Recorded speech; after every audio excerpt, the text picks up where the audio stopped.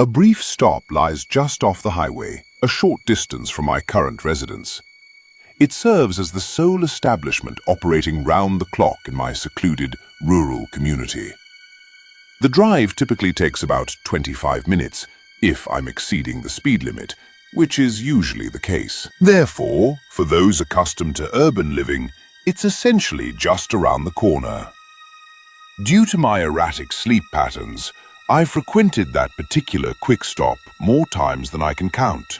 I consider myself to possess an unremarkable and inconspicuous appearance, meaning I can easily blend in, though it wouldn't surprise me if some of the late-night staff now recognize me. This incident occurred just last week, so the details remain vividly etched in my memory. It was well past midnight, and I was engrossed in coding on my laptop. My productivity and concentration consistently peak between 9 p.m. and 3 a.m. So I was fully immersed in that coveted state of flow that diligent individuals often seek. The drawback of working intensely late at night is the rapid transition from complete comfort to intense hunger, which is precisely what prompted me to conclude my work and seek sustenance around the respectable hour of 2 a.m. For context, I should mention that the highway leading to this quick stop functions more as a local road than a major interstate. Thus, it's typically quite deserted. The journey there was largely uneventful. Upon arriving at the quick stop, I placed an order for a sandwich at one of the counters and browsed the aisles while I waited.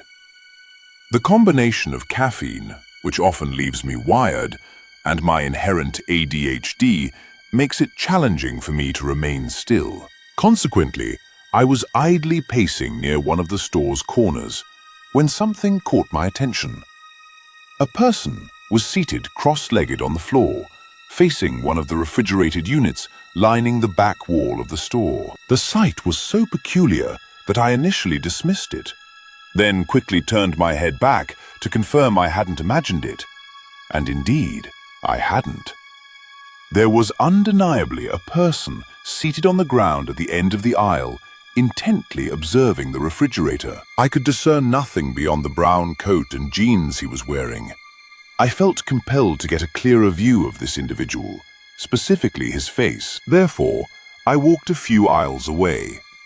My plan was to abruptly turn the corner, get a good look at him, then retrace my steps up one of the aisles, ideally before he noticed my scrutiny. Openly staring at strangers is, of course, impolite, so I wished to avoid being caught. I attempted to be subtle about it, or at least appear to be perusing the snacks. But I evidently failed, because the moment I rounded the corner to observe him, he whipped his head around and met my gaze. His movement was so sudden that I actually froze for a few seconds, momentarily forgetting my initial purpose in being there.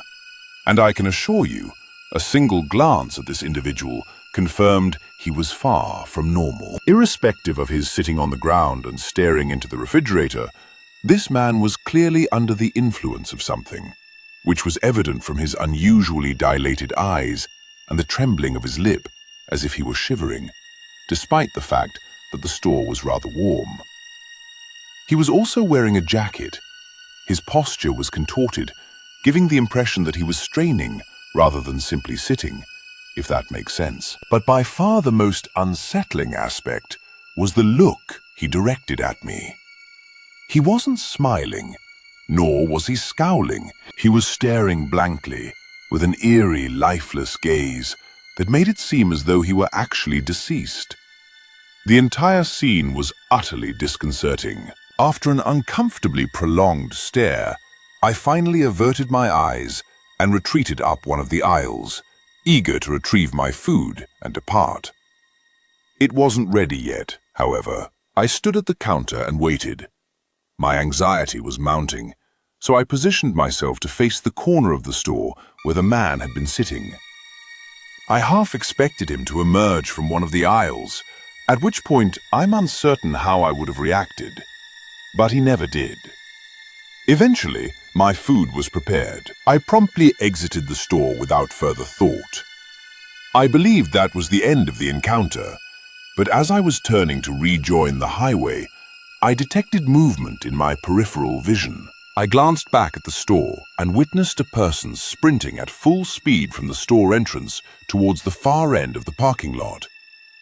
I was already halfway onto the highway at that point, but as soon as I caught a glimpse of what appeared to be a brown coat, I knew it was him. As I drove past the quick stop, I looked over one last time to see the man now leaping into a truck. I couldn't even begin to imagine what such an individual might be in such a rush to do at 2 a.m. I was simply relieved to be uninvolved. I sped away, desiring only to return home in peace. After a few minutes, the last of the fluorescent storefront lights receded into the darkness behind me, and I was once again driving through desolate emptiness. I'm accustomed to being the sole vehicle on the road at such a late hour, which is why it was so surprising when I noticed headlights in my rear-view mirror. But it was even more startling when I realized the headlights were drawing closer, signifying they were traveling faster than me, and I wasn't exactly adhering to the speed limit. My immediate thought was that I was about to be pulled over, so I instinctively reduced my speed slightly. The headlights continued to advance, and I anticipated what was about to transpire.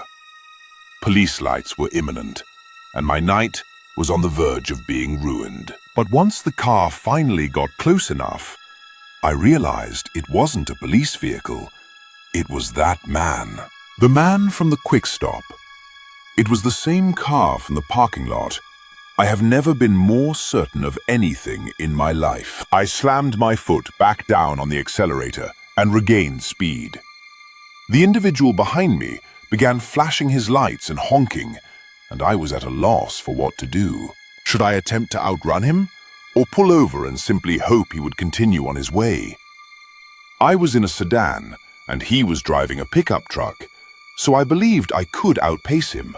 However, the faster I drove, the more terrified I became. I can only describe that sensation as pure terror, the feeling that you are literally confronting death. By the time I had reached 100 miles per hour, an internal voice was screaming that I would die if I continued to accelerate. I swerved into the right lane, hoping he would pass me.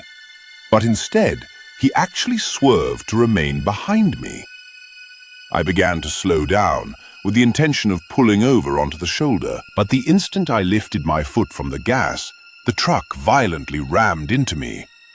I gripped the steering wheel to stabilize the car and realized I was in a life or death situation. The man pursuing me was attempting to kill me.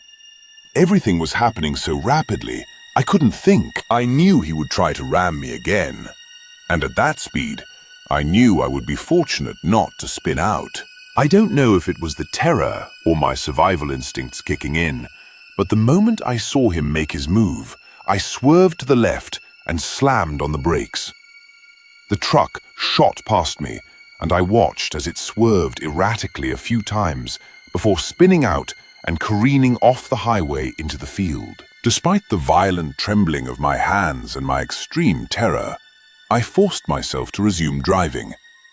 I sped the entire way home. As soon as I entered my house, I contacted the police and reported the incident. Although I couldn't precisely describe where everything had occurred, they took my statement nonetheless, and I was relieved to provide it. I am certain that the quick stop had security cameras in their parking lot, so I am quite confident they will eventually apprehend that individual. It has only been a week since this happened, but I haven't received any updates yet. My car isn't severely damaged, but it still requires repairs. As for why that man would have pursued me, your guess is as good as mine. I simply hope I never see him again. This event transpired in the summer of 2022. I was 25 and engaged in what I would describe as an unconventional logistics role. I was transporting refurbished electronics and custom PC components for a last-mile delivery startup that aimed to compete with Amazon in niche rural markets. The routes were extensive and thoroughly unpredictable. At times, I would drive for 12 continuous hours, often through the night, traversing remote areas of the Southwest that most delivery companies decline to service. The compensation was sufficient to make it worthwhile, and I didn't mind the lengthy drives, having grown up in a family accustomed to road trips. On this particular night, I was deep into the final segment of a Phoenix to Lovington run. It was approximately 1 o'clock in the morning, and I was navigating a desolate stretch of Route 82, just past the outskirts of Lincoln National Forest in southern New Mexico. If you've never driven through that region at night, it's difficult to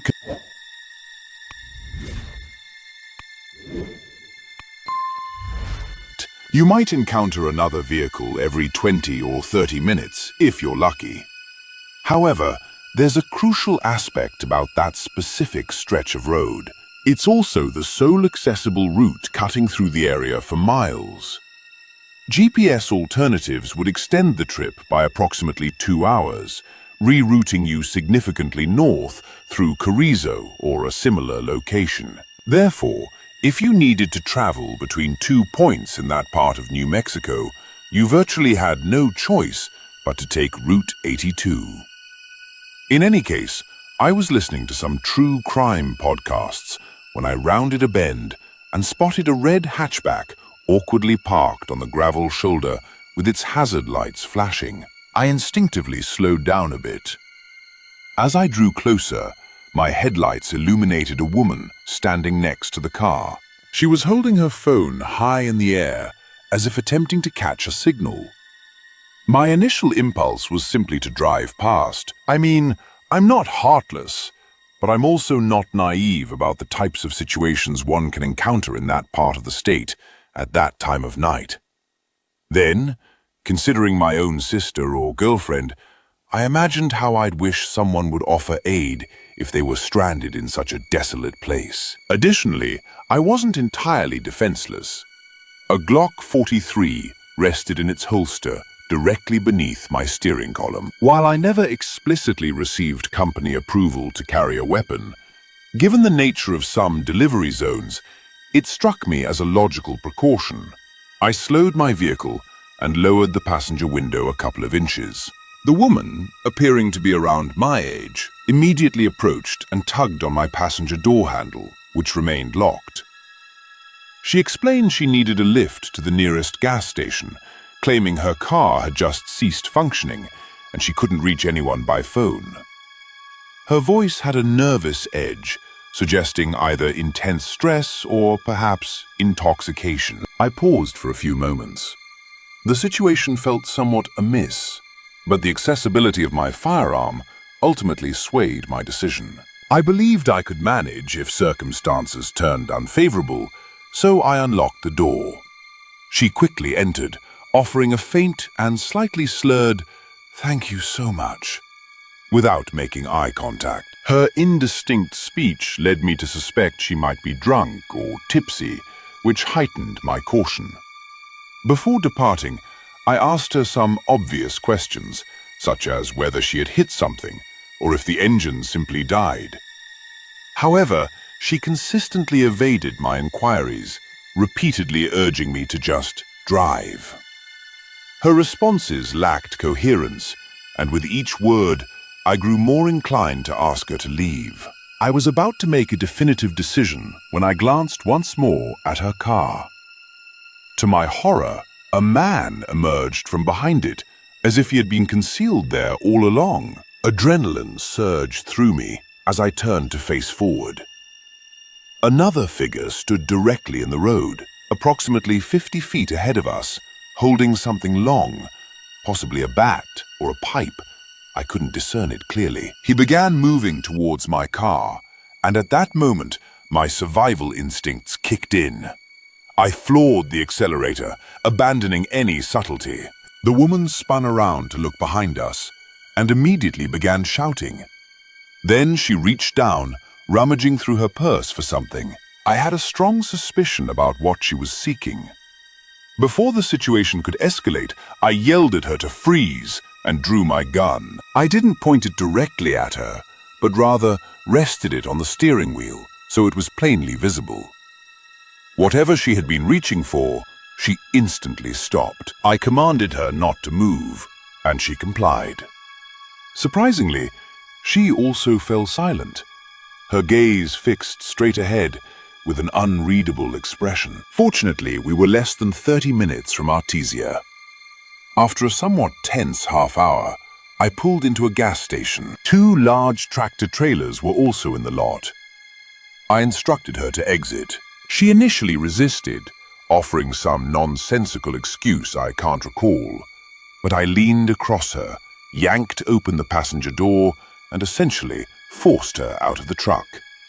She stumbled backward, landing on the pavement, all the while shouting something entirely incomprehensible. Someone started jogging over, likely one of the truckers, and I could already anticipate the accusations that would follow. All he had witnessed was me ejecting a woman from my car, and I had no desire to prolong the encounter. I shouted a warning to him about her malicious intent, but that was all I was going to do. Then I sped out of the lot before he could approach and didn't look back. I drove to another gas station and began filling my tank. Then I moved to the passenger side to inspect the seat. Tucked between the seat cushions, I discovered a burner phone battery and a sealed pack of zip ties. I didn't even want to contemplate the implications. I discarded everything in the trash and resumed my journey, eager for its completion. I never reported any of it, not to the police, and certainly not to my company. Not because I thought it insignificant, but because, from a legal standpoint, I wasn't keen on explaining to law enforcement why I was armed, or why I had physically removed someone from my vehicle. I won't elaborate, but you can draw your own conclusions. One thing is certain, though. Being armed that night very well may have saved my life. This incident occurred approximately 3 years ago, when my husband and I were traveling cross-country from Utah to Georgia.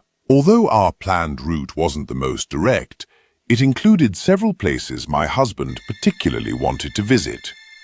The drawback was that it took us through some exceptionally deserted stretches of highway. The most isolated part was a section of western Kansas along US Route 400, essentially 100 miles of nothing but farmland. We had been driving for most of the day, and I had dozed off in the passenger seat sometime around sunset. I'm one of those individuals who can sleep anywhere in a moving car, so I was completely out for a few hours. Around 10 at night, I awoke to the car decelerating and realized my husband had pulled into a small gas station just off the highway. My husband announced he was going to grab some snacks and fill the tank. I figured it might be my last opportunity for a while to use a proper restroom, so I got out and headed inside. I didn't bother bringing my phone or purse. I mean, I was just going to be in and out, so I didn't see the need. The cashier was an older man who didn't even glance up when I entered. The bathrooms were situated down a narrow side hallway towards the back of the store. As I opened the women's restroom door, I nearly collided with a woman emerging from one of the stalls.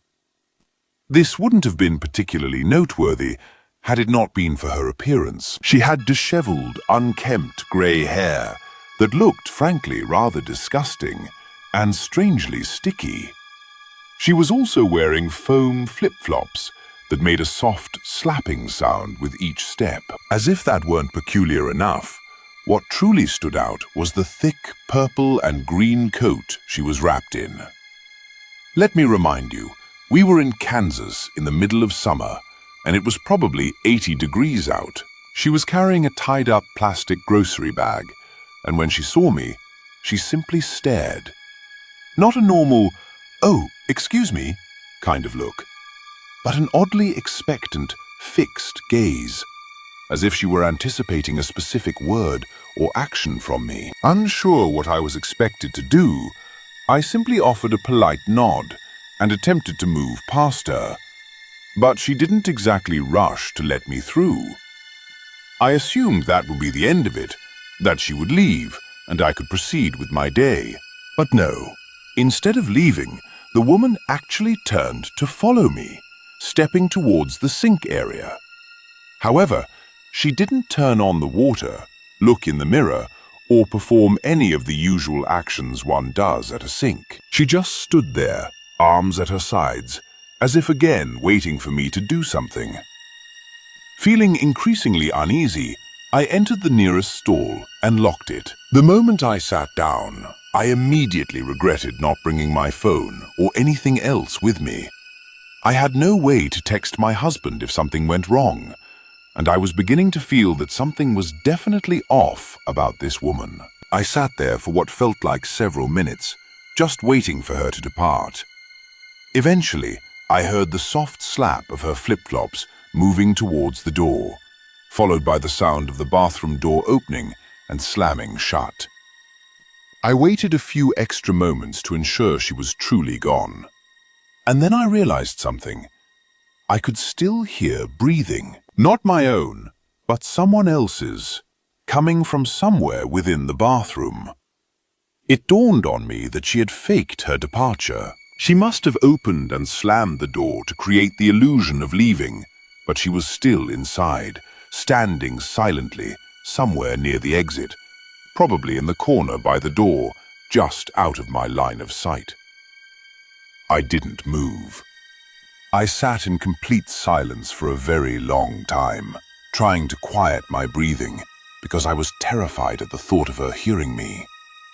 The entire time, I kept thinking about how foolish I had been for not bringing my phone. Eventually, the door opened and closed again. The breathing also ceased, which brought a wave of relief. I still wasn't entirely convinced, however, so I waited for another half-minute or so. Just as I was about to unlock the stall, I heard a huge gasp, as if someone had just been holding their breath, followed by the bathroom door opening and closing again. That's when I truly started to panic. That woman had pretended to leave the bathroom twice. I had absolutely no idea what she wanted, but the fact that she was playing these games with me made it clear that whatever it wasn't good. I didn't know what to do. Part of me was sure she was gone, but if she had pretended to leave twice, it wasn't unreasonable to assume she had done it a third time. Finally, the suspense was unbearable, and I couldn't take it anymore. I unlocked the stall as quietly as I could and stepped out, fully expecting to see her standing there. But the bathroom was empty. I washed my hands as quickly as possible and exited the bathroom. I had no idea where the woman had gone, or if she was waiting for me somewhere else in the store. When I returned to the main part of the store, a large man was checking out at the counter. I lingered by one of the racks near the front until he finished his transaction and walked out. Then I used him as cover to exit the store. I reasoned that if the woman were waiting outside, at least there would be another person nearby. Part of me thought I was being overly paranoid, but that thought was shattered the moment I stepped outside. As soon as I exited the store, I saw her again. She stood off to the side, near the store's entrance, gazing fixedly at me, a clear glare on her face. In her hand, she held something I couldn't clearly discern. It appeared to be a knife, though I wasn't certain. The way she gripped it, and her slightly crouched posture, as if poised to spring, genuinely suggested she was about to strike. I braced myself, ready to scream, flee, or even fight. However, instead of advancing, she abruptly turned and walked around the building's side, heading to the back. I dashed to our car, scrambling in as quickly as possible. My husband, looking perplexed, inquired about my delay. I promised an explanation once we were on the road again. He didn't press, simply driving away. As we departed, I glanced back and saw the woman at the building's edge, watching our car. For reasons unknown, her presence filled me with unease and discomfort. I recounted the entire episode to my husband, who was somewhat annoyed that I hadn't brought my phone to call him for help, a valid point. Nonetheless, we decided to put the incident behind us and resume enjoying ourselves. I must admit, I no longer use roadside restrooms, and I'm perfectly content with that decision. This incident transpired in 2020. I was 24, working for a small logistics firm, tasked with transporting automotive components between cities in the Midwest. Generally, it was straightforward work. Lengthy drives, decent pay, and no micromanagement. Yet that job also cemented my resolve never to stop at a highway rest area after nightfall again. It was mid-January, bitterly cold. One of those nights when even the dashboard lights felt excessively bright. I was on I-80 East, traveling from Des Moines to deliver a package in Davenport, a journey of about 3.5 hours. I had departed around 8 p.m., and by 10:30 p.m., I found myself in the middle of nowhere. The only sounds were the tires on the asphalt and the occasional semi-trailer truck roaring past in the opposing lane. Around that time, I started feeling incredibly drowsy. My eyelids grew heavy, and I could feel myself drifting off. Spotting one of those blue rest area signs, I decided to pull over for a few minutes to stretch my legs and grab a drink from a vending machine. The rest stop seemed utterly deserted. There were a few faint streetlights, a small brick building housing restrooms, and about a dozen parking spaces. Only one other vehicle was present, an old white van parked far off at the end of the lot with its lights off. I parked beneath one of the lights, locked my truck, and went inside. The men's room had a faint scent of cleaning solution and mildew. The heater produced a strange rattling sound. I splashed cold water on my face to awaken myself. As I looked into the mirror, I thought I heard the door open behind me. I turned, but no one was there. I stood still for a second, listening, but heard nothing beyond the hum of the heater.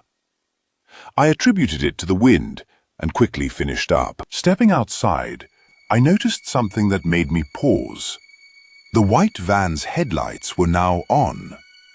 The engine wasn't running, but the lights were illuminated. I didn't recall hearing it start. A sense of unease immediately washed over me. I quickly unlocked my truck, climbed in, and started the engine. I pulled out of the parking space and headed toward the exit. As I did, the van's lights suddenly switched off again. I remember thinking perhaps someone was sleeping inside and had accidentally bumped the lights. But as I rejoined the highway, I continually checked my mirrors. For about 5 minutes, nothing occurred. Then, in the distance behind me, I saw headlights, 2 small dots drawing closer. It was the van.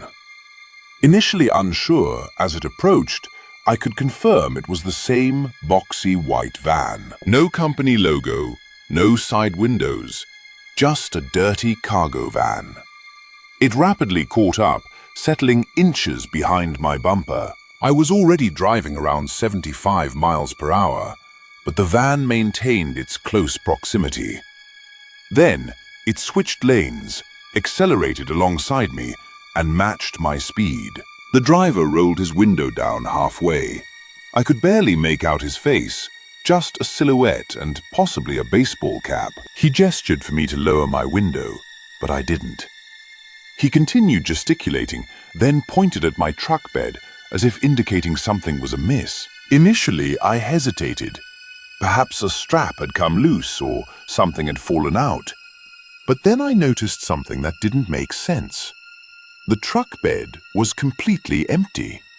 That's when I realized he wasn't trying to warn me. I kept driving, pretending not to notice him, but he started honking and drifting closer to my lane. I swerved slightly to maintain distance, and he sped ahead, cutting in front of me. For a second, I thought he would slam on his brakes, but then, without warning, he veered onto the shoulder and came to a complete stop. I flew past him, my heart pounding. I stayed in the fast lane, now going nearly 90 miles per hour, just trying to escape. A few seconds later, I checked my mirror again. The van was back on the road. It followed me for another 20 miles. Sometimes it would recede until I couldn't see it. Then, unexpectedly, it would accelerate and reappear right behind me. I decided I needed to stop somewhere public. The next sign indicated a truck stop 5 miles ahead. I took that exit, pulled into the lot, and parked directly under a bright light near the diesel pumps. A few semis were lined up, and I could see drivers inside the diner next door through the windows. The van didn't pull in immediately. I waited maybe 2 minutes. Then it slowly ascended the ramp and entered the lot. I exited my truck and headed straight into the diner. As soon as I walked in, the bell above the door chimed, and the woman behind the counter looked up. She was perhaps in her 50s. I told her that a van had been following me for the past half hour, and she must have recognized my distress because she called over a trucker sitting at the counter. This man stood up, a huge guy, flannel shirt, grey beard. He walked outside with me, and the moment we stepped out, we saw the van idling at the far end of the lot, just sitting there, facing my truck. The trucker muttered something like, "Yeah, that ain't good," and told me to go back inside. He walked directly toward the van. I didn't hear what he said, but a few seconds later, the van suddenly reversed, swung around, and sped out of the lot, heading back toward the highway. The trucker returned, shaking his head. He said there were 2 men inside, both wearing hoodies, both staring straight ahead. Utter silence. I remained in that diner for almost an hour, until I was certain they were gone. I completed the rest of my drive with my eyes glued to the rearview mirror. When I arrived in Davenport, I parked under the hotel lights and inspected my truck.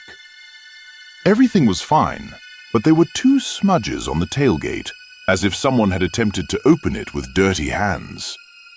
I quit that job a few months later. Now, whenever I drive long distances, I refuel before dark, bring snacks, and only stop at crowded 24-hour establishments. Because I know for a fact that if I had rolled down that window or pulled over when they told me to, I wouldn't be here recounting this story.